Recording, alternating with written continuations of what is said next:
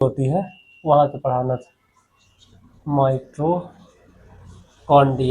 ये क्या होती है? देखो ये कोशिका देखते हैं तो कोशिका में जो बताए थे कल ना कि केंद्रक यहाँ पे होता है, यहाँ पे बहुत सारे कोशिका द्रव्य ऐसे भरा होता है, और एक माइटोकॉन्ड्रिया होता है इस टाइप का, और ऐसे ऐसे दिखता है। कल ये बताए थे इस पे फोटो में, है ना, यहाँ पे बताए थे, मतलब ऐसे ऐसे माइटोकॉन्ड्रिया ऐसा होगा। ठीक है, तो माइटोकॉन्ड्रिया यहाँ भी हर जगह होगा माइटोकॉन्ड्रिया, जरूरी नहीं है कि यहीं भी हो, बहुत सारे हर जगह होगा। ठीक है, तो माइटोकॉन्ड्रिया जो है उसको सबसे पहले किसने बताया था?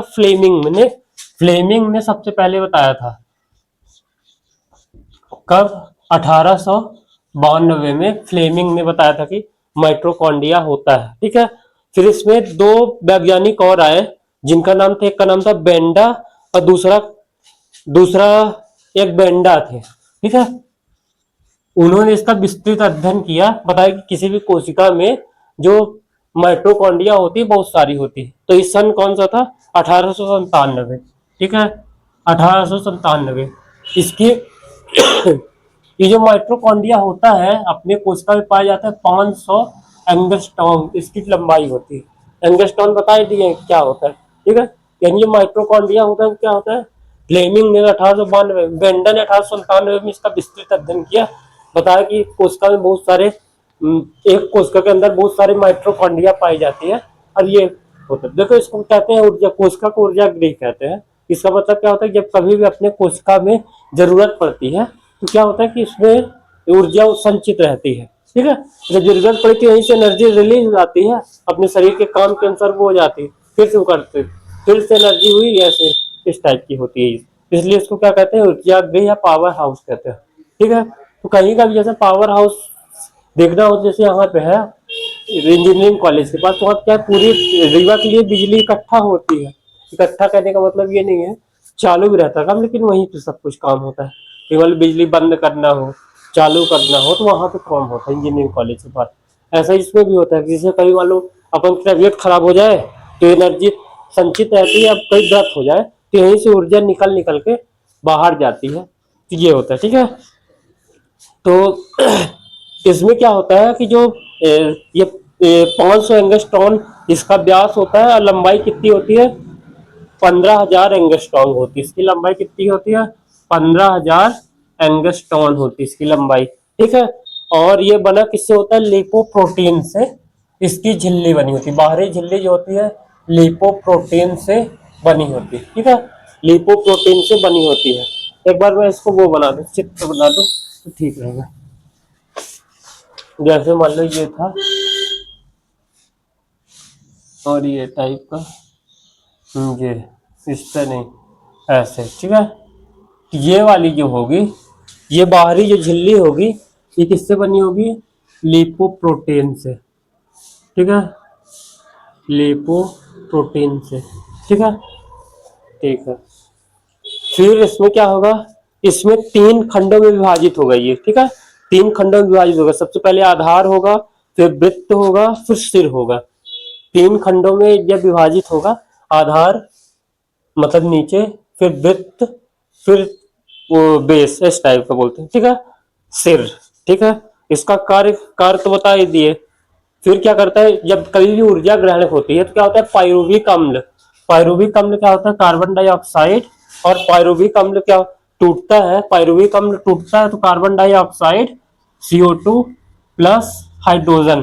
ठीक है, CO2 प्लस हाइड्रोजन ऊर्जा मतलब पूरे शरीर के लिए काम करता है। ठीक है, इसमें क्या होता है? एटीपी के रूप में संचित रहती है। ठीक है, अभी 12वीं में जब जाओगे तो एटीपी का फुल फॉर्म पूछा जाएगा, जब 12वीं में जाओगे तो स्वयं देख लो, कोई दिक्कत नहीं। ठीक है, फिर ये 2 प्रकार का होता है। एक होता है RNA, और सॉरी 2 प्रकार नहीं होता, मतलब जो इसका मुख्य एक और कार्य होता है कि जो RNA जो होता है उसको क्या करता है? उसको एक प्रोटीन देने का कार्य करता है। ठीक है, जो RNA होता है उसको वहां भी उसको एक प्रोटीन देने का कार्य करता है, या प्रोटीन संश्लेषण का ये कार्य करता है। ठीक है, तो इसका बस इतना ही है, बाकी कुछ भी नहीं है। क्योंकि जो माइटोकॉन्ड्रिया होता है वो क्या होता है? अपने शरीर का ऊर्जा गृह कहते हैं। इसकी लंबाई, इसका व्यास 15 कितना होता है, इसकी लंबाई 500 एंगस्ट्रॉन होती है। अब व्यास कितना होता है, 15,000 एंगस्ट्रॉन होती है।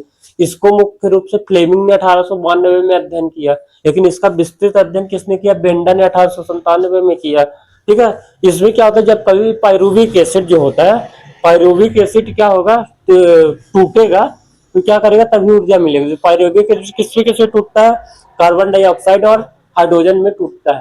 ठीक है, ये हो गया।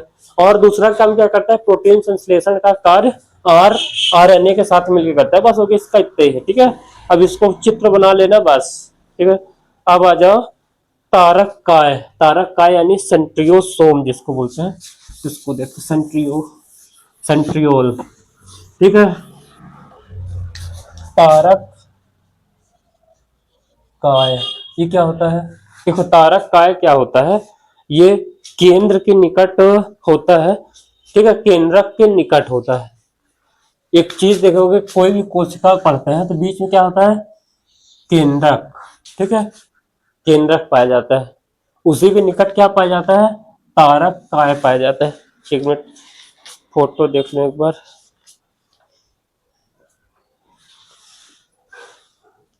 सेंट्रियोसोम, जैसे ये केंद्रक है ना, केंद्रक के बगल में ये देखो सेंट्रियोसोम है, छोटा छोटा ये रहे इसमें। ठीक है, तो तारक काय कहाँ पाया जाता है, तारक काय जो होता है सेंटर के पास पाया जाता है, यानी केंद्रक के पास पाया जाता है तारक काय। ठीक है, तारक काय वहां पाया जाता है। इसका कार्य क्या होता है, कोशिका विभाजन में जो मदद करता है। मैं बताया था जब कोशिका विभाजन होता है, तारक काय क्या होते हैं, सेंट्रियोल क्या होता है, आपस में जुड़ जाते हैं। ठीक है, आपस में जुड़ जाते हैं और धीरे धीरे करके दूर जाते हैं। इसका मेन काम वही है कि जब कोशिका विभाजन होगा उस समय पे ये एक्टिव रहेगा। ठीक है, अब आ जाओ माइक्रोसोम्स। इसका बाकी और कुछ भी नहीं है, बस एक लाइन इसका काम क्या है, ये कोशिका के पास पाया जाता है, पहला हो गया। दूसरा क्या करता है, कोशिका विभाजन में मदद करता है। ठीक है, बस इसका तय कार्य। फिर आ जाओ माइक्रोसोम्स। माइक्रोसोम्स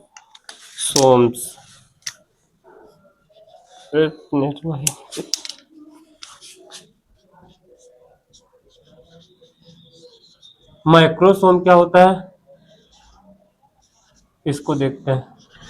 देखो माइक्रोसोम क्या होता है, ये एंटी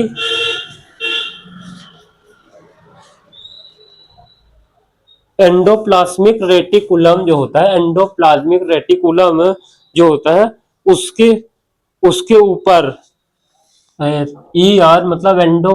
देखो तो हम कहाँ पे थे, यहाँ पे थे माइक्रोसोम्स में। माइक्रोसोम्स क्या होती है, एंडोप्लाज्मिक रेटिकुलम जो होता है, एंडोप्लाज्मिक रेटिकुलम के ऊपर पाई जाती है। ठीक है, ऊपर पाई जाती है। ये क्या करती है, आरएनए और प्रोटीन तथा फास्फोलिपिड की बनी होती है। किसकी, आरएनए की, प्रोटीन की और फास्फोलिपिड की बनी होती है। ठीक है, फास्फोलिपिड की बनी होती है। देखो आरएनए का मतलब क्या होता है, आरएनए का मतलब होता है राइबो न्यूक्लिक एसिड। ठीक है, राइबो न्यूक्लिक एसिड। और प्रोटीन क्या होते हैं, प्रोटीन में बहुत सारी चीजें होती हैं, नाइट्रोजन भी होता है। मतलब मेन मेन क्या होता है, प्रोटीन जो होता है मेन नाइट्रोजन का ही तत्व होता है, अवयव होता है, उसे कहते हैं वो। ठीक है, फिर फास्फोलिपिड क्या होता है, फास्फोरस और लिपिड जो भी पदार्थ होते हैं उसको फास्फोलिपिड कहते हैं। इन्हीं तीनों से कौन मिलकर बना होता है, माइक्रोसोम्स बने होते हैं। ये पाया कहाँ जाता है, ईआर के ऊपर पाया जाता है। जिस प्रकार ईआर में बताए थे कि जो ईआर के ऊपर, ईआर किसके ऊपर पाया जाता है, केंद्रक के ऊपर पाया जाता है। दो टाइप का होता है, वो कल बता चुके हैं। ठीक है, तो ये माइक्रोसोम्स समझ में आ गया। माइक्रोसोम्स का कार्य क्या है, प्रोटीन संश्लेषण का कार्य करता है। जिसका प्रोटीन संश्लेषण का कार्य करता है। तो एग्जाम में कैसे आ सकता है, एग्जाम में अलग से ही पूछ सकता है कि माइक्रोसोम्स क्या है। तो माइक्रोसोम्स लिख देना, ईआर यानी इंडोप्लाज्मिक रेटिकुलम के ऊपर पाया जाने वाला क्या है, एक प्रोटीन है जो आरएनए, प्रोटीन और फास्फोलिपिड से मिलके बनता है। इसका कार्य प्रोटीन संश्लेषण। ठीक है, इसका कार्य क्या है? प्रोटीन संश्लेषण है। अब आ जाओ केंद्रक। अच्छा देखो, केंद्रक जो होता है, जैसे केंद्रक क्या है? कोशिका का पूरी तरह मस्तिष्क होता है, उसके बीच में पाया जाने वाले, इसको सबसे पहले हमको पढ़ाना चाहिए लेकिन हो गया, कोई बात नहीं, पीछे शुरू कर दिए। केंद्रक के बिना क्या है? कुछ भी नहीं हो सकता है। ठीक है, तो सब जो भी एक जीव का दूसरे जीव का आनुवांशिकी पदार्थ हो गया, हर चीज हो गया, वो केंद्रक से ही तय होता है। ठीक है, तो केंद्रक क्या होता है इसको देखते हैं। देखो केंद्रक को देखा सबसे पहले किसने? 1831 में। ठीक है, 1831 में एक वैज्ञानिक थे जिनका नाम था रॉबर्ट ब्राउन। रॉबर्ट ब्राउन ने सबसे पहले इसको देखा था 1831 में। उसके बाद क्या हुआ? केंद्रक में छोटे छोटे छिद्र होते हैं, छोटे छोटे, इसे केंद्रक ऐसे समझो, ये हो गया। इसी से क्या होता है? सारी कोशिकाओं का संचालन होता है। ठीक है, जैसे अपने दिमाग में मस्तिष्क होता है, ऐसे ही यहाँ पे पूरे कोशिकाओं का संचालन कहाँ से होता है? इसी केंद्रक से होता है। ठीक है, इसी केंद्रक से। तो केंद्रक में क्या होता है? जैसे कुछ भी करते हैं, जैसे मान लो एक बूंद खून भी निकाल लिए किसी का, उसको क्या किया? डीएनए और आरएनए अलग कर लिए। ठीक है, तो उसके जैसा आदमी बना सकते हैं, लेकिन उतना बड़ा नहीं होगा। जैसे ओसामा बिन लादेन है, मैं मान लो मेरा खून लिए और क्या किए? लैब में ले गए, तो एक मेरे जैसा बिल्कुल हाइट, मेरे बाल, हर चीज बिल्कुल मेरे सेम टू सेम मेरे जैसा एक आदमी तैयार कर सकते हैं। लेकिन वो लैब में अभी छोटा सा बच्चा होगा, वो मेरे से बिल्कुल तैयार, तत्काल बड़ा ना हो जाएगा कि तुरंत इंजेक्शन खून निकाले और तुरंत बड़ा हो गया, नहीं। एक बच्चा तैयार होगा, बिल्कुल मेरे जैसा होगा। ये होता है, आजकल साइंस इस लेवल पे पहुंच गई। तो ऐसा कहते हैं कि जो आतंकवादी जो ओसामा बिन लादेन है, उसने क्या किया है कि बहुत सारा ऐसे बना दिया अपने टाइप, वो मरा नहीं अभी। पाकिस्तान उसने क्या किया था कि अमेरिका ने उसके घर में बम गिरा दिया था। अमेरिका में 26/11 2002 था, वहां घुस के आतंकवादी हमला कर दिया। ताज होटल में भी किया था, तो उसको अमेरिका ने क्या किया? उसके घर में घुस के बम उसके ऊपर गिरा दिया, मिसाइल, तो मर गया। बोलते वो मरा नहीं है। उसका आतंकवादी एक बूंद खून पा गए हैं, तो उसके जैसे आदमी बना दिए बहुत सारे। अब वो लोग और आतंक मचा रहे हैं, ये होता है। और भारत में भी ऐसे ही चल रहा है, बहुत आतंकी हमला हो रहा है। ठीक, तो देखो इसमें क्या होता है? दोहरी परत पाई जाती है। जो केंद्रक होता है उसकी दो परतें पाई जाती हैं। वैसे मेनली कैसे जुड़ा था? ऐसे, फिर ऐसे, फिर ऐसे, फिर ऐसे, और ये अंतिम वाला ऐसे। ठीक है, ये दोहरी परत पाई जाती, एक परत ये, एक परत ये। ठीक है, तो केंद्रक क्या काम कर, केंद्रक के अंदर क्या क्या होता है? न्यूक्लियो प्रोटीन होते हैं। ठीक है, केंद्रक के अंदर क्या होता है? न्यूक्लियो प्रोटीन होता है, डीएनए होता है, आरएनए होता है, आरएनए होता है, बहुत सारी चीजें होती हैं। डीएनए होता है, आरएनए होता है, और सूक्ष्म केंद्रक छिद्र होते हैं, केंद्रक छिद्र होते हैं। ठीक है, केंद्रक छिद्र होते हैं, बट केंद्रक छिद्र, बहुत सारे केंद्रक छिद्र होते हैं। ठीक है, तो केंद्रिका होती है। ठीक है, केंद्रिका होती है। ठीक, ये रिमोट है, हाँ बटन है। अभी दबा दूंगा, टाइम बम लगा है 1 घंटे का, उसके बाद जैसे दबा दूंगा ब्लास्ट हो जाएगा, इसलिए बोलना नहीं कुछ। ठीक, और इसके अंदर क्या होता है? केंद्रक, केंद्रक द्रव्य होता है, बहुत सारी चीजें होती है। केंद्रक द्रव्य होता है, और डीएनए आरएनए होता है। ठीक है, ये चीज। तो क्या इससे आएगा केंद्रक के बारे में? तो क्या लिखोगे? केंद्रक एक ऐसा, केंद्रक क्या है? कोशिका के अंदर एक मुख्य अंग होता है जो सभी अंगों कोशिका के सभी अंगों का नियंत्रण एवं समन्वयन करता है। इसमें डीएनए आरएनए पाया जाता है, केंद्रक द्रव्य न्यूक्लियो प्रोटीन तथा केंद्रक छिद्र और केंद्रिका पाई जाती है। यह मुख्य रूप से 2 परतों में पाया जाता है, दो परत पाई जाती है। ठीक है, ऐसा लिख लोगे। फिर क्या करोगे? केंद्रक, अब केंद्रक के बारे में हमको पढ़ना है, बहुत बड़ा चैप्टर केंद्रक के बारे में, उसको पढ़ते हैं। इसमें देखो केंद्रक द्रव्य भी पढ़ना है, केंद्रक अम्ल पढ़ना है, फिर उसके बाद क्या पढ़ना है, आरएनए डीएनए पढ़ना है। ठीक है, ठीक, चलो ठीक है। तो सबसे पहले आ जाओ केंद्रक द्रव्य क्या होता है उसको समझ लेते हैं। सबसे पहले एक बार अच्छे से केंद्रक की फोटो बनाते हैं, उसके बाद देखते हैं। तो हाँ, तो केंद्रक क्या पढ़ाना था हमको, केंद्रक द्रव्य पढ़ाना था। ठीक है, केंद्रक द्रव्य, देखो केंद्रक द्रव्य जो होता है सूत्रबद्ध जाल होता है इसमें, केंद्रक द्रव्य में। ठीक है, सबसे पहले एक फोटो अच्छी बनाते हैं केंद्रक की। हो गया फोटो, क्या बनाना, बस ऐसे हो गया, ये हो गया जाल, ये फैला हुआ है। ठीक है, समझ गए ना, ये जाल फैला हुआ है पूरे, नहीं मत बनाओ, कोई जरूरत नहीं। ठीक है, इसी के अंदर क्या होगी, एक केंद्रिका होगी। केंद्रिका किसके अंदर, केंद्रक के अंदर होगी, ध्यान रखना। केंद्रक के अंदर क्या होती है, केंद्रिका। ये क्या होते हैं, जाल होते हैं। कौन सा जाल, डीएनए, डीएनए आरएनए, मछली का जाल नहीं उससे फंस जाओगे। ठीक है, तो डीएनए होते हैं। ठीक है, इसमें और क्या होते हैं, गुणसूत्र होते हैं। ठीक है, मानव में गुणसूत्र कितने पाए जाते हैं, 46। ठीक है, 46 गुणसूत्र होते हैं। 47वां गुणसूत्र जो होता है उसी से तय होता है कि लड़का होगा या लड़की होगी। ठीक है, एक्स एक्स एक्स वाई, इस टाइप का 46 तो सेम होते हैं। ठीक है, तभी तो एक आदमी जो होते हैं अब तो आदमी जैसे लगते हैं, नहीं आदमी जैसे ना लगे, जैसे 46 गुणसूत्र, एक जो 47वां होता है उस वजह से तय हो जाता है। बाकी हाथ पैर आंखें हर अंग सेम होता है। ठीक है, एक ये, ठीक है, एक्स वाई इसको छोड़ के। ठीक है, तो कार्य क्या होता है, सबसे पहले इसका कार्य देख लेते हैं, किसका, केंद्रक का। केंद्रक का सबसे पहला कार्य होता है कि कोशिका का नियंत्रण करता है, मतलब कोशिका के अंदर सारा नियंत्रण यही करेगा। ठीक है, पहला काम क्या होगा, नियंत्रण करता है। फिर दूसरा काम क्या होता है, आरएनए का निर्माण करता है, आरएनए का निर्माण करता है। ठीक है, आरएनए का निर्माण कौन करता है, केंद्रक करता है। फिर तीसरा क्या काम है, कोशिका विभाजन, कोशिका विभाजन कौन करता है, केंद्रक करता है, कोशिका विभाजन केंद्रक करता है। ठीक है, कोशिका विभाजन का शुरुआत होती है, केंद्रक से होती है।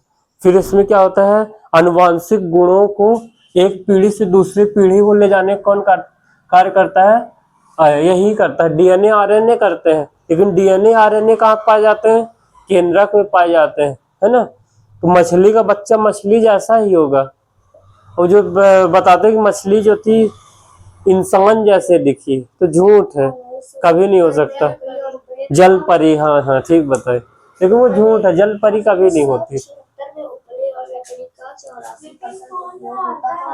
फोन में कुछ भी आ सकता है।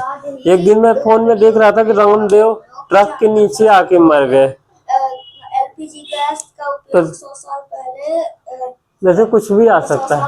ठीक है, जलपरी नहीं, मतलब एक और क्या बोलते हैं, हो गया, ये हो गया आनुवांशिक गुणों का एक दूसरे से आनुवांशिक गुणों का वाहन करते हैं। ठीक है, आनुवांशिक गुणों का वाहन करता है। ठीक है, ये हो गया, तो इतना बात समझ में आ गई। फिर आप आ जाओ गुणसूत्र में क्या होता है, इसको समझते हैं।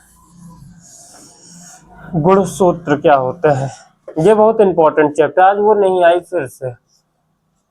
गुणसूत्र ये क्या होता है, देखो गुणसूत्र क्या होता है, एक वैज्ञानिक हुए, उनका क्या नाम था, स्ट्रैमबर्गर। ठीक है, स्ट्रैमबर्गर, नाम मत ध्यान रखो, कोई दिक्कत नहीं। मैं बस यहाँ पे 1875 में एक वैज्ञानिक हुए जिसका क्या नाम था, स्ट्रैमबर्गर, बर्गर था, हाँ ठीक है, बहुत बर्गर खाते थे इसलिए उनका नाम पड़ गया बर्गर, स्ट्रांसबर्गर, सॉरी स्ट्रांसबर्गर। स्ट्रांसबर्गर जो थे बहुत बर्गर खाते थे, तो 1875 में इन्होंने खोज कर दी गुणसूत्र की। तो उन्होंने बताया कि एक धागे नुमा संरचना होती है प्रत्येक कोशिका के केंद्रक में, धागे नुमा संरचना होती है प्रत्येक कोशिका में, ठीक है, प्रत्येक कोशिका में होती है। तो जिसमें क्या होता है अर्ध गुणसूत्र हो, जैसे प्रत्येक जैसे ऐसे जुड़ा होगा और ऐसे जुड़ा होगा, ठीक है, इसको ऐसे अपन में कट कर दे और यहाँ पे कट कर दे तो क्या हो जाता है, ये अर्ध गुणसूत्र हो जाता है, ठीक है, इधर भी अर्ध गुणसूत्र हो जाता है, ठीक है, अर्ध गुणसूत्र होते हैं, मतलब ऐसे जुड़े होते हैं इस टाइप का, उसको बोल दिया उन्होंने अर्ध गुणसूत्र। फिर उन्होंने क्या बताया, जो क्रोमैटिन, जो जिसे क्या बताया, जिसका नाम दिया अर्ध गुणसूत्र को क्रोमोनीमा नाम दिया, ठीक है, क्रोमोनीमा नाम दिया, ठीक है।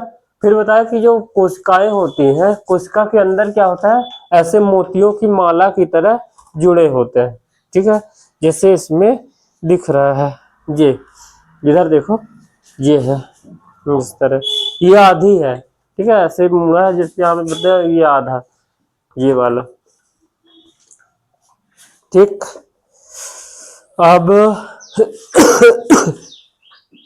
हो गया, बस इतना ही बताया कि धागे नुमा संरचना होती है और अर्ध गुणसूत्र होते हैं और मोतियों की संरचना के समान गुणसूत्र दिखाई देते हैं।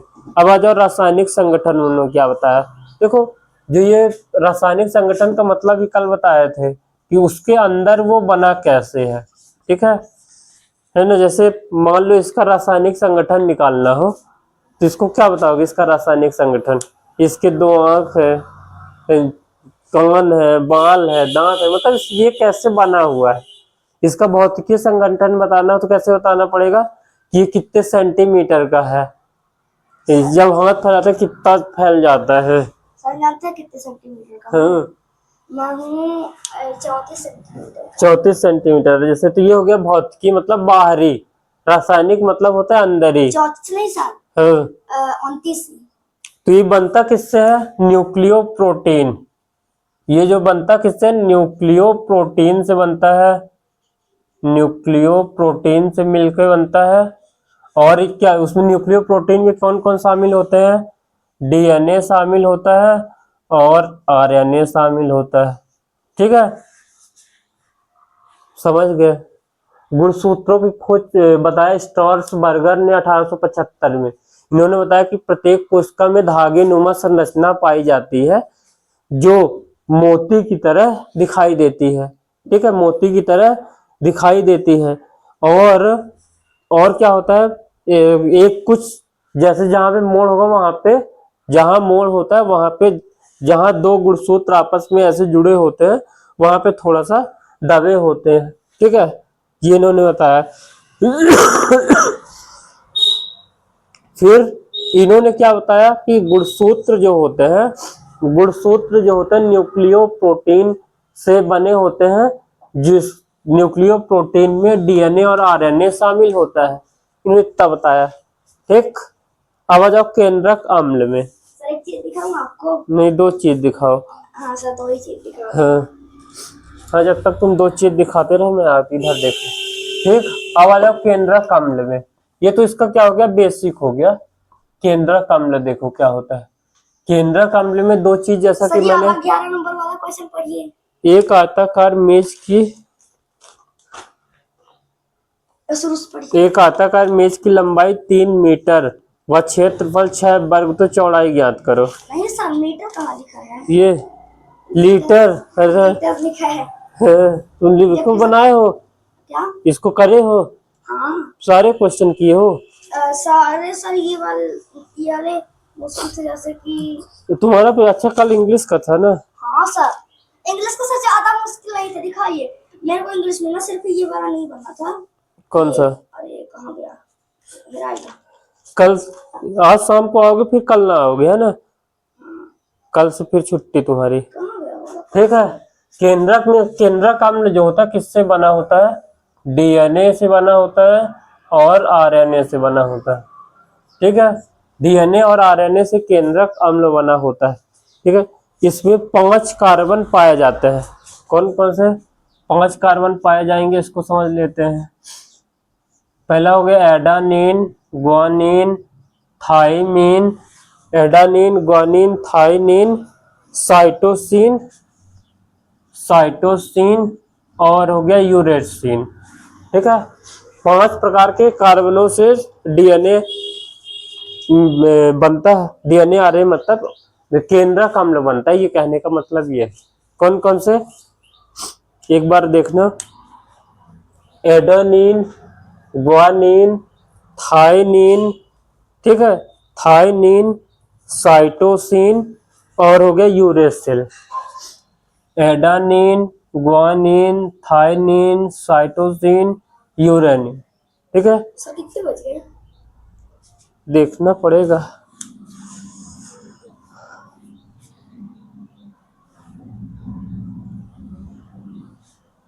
दस 46।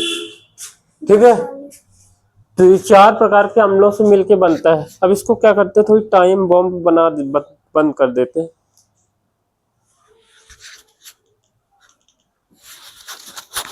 बंद हो गया होगा, अरे यही बंद हो गया, रिमोट है क्या, बम फूटेगा।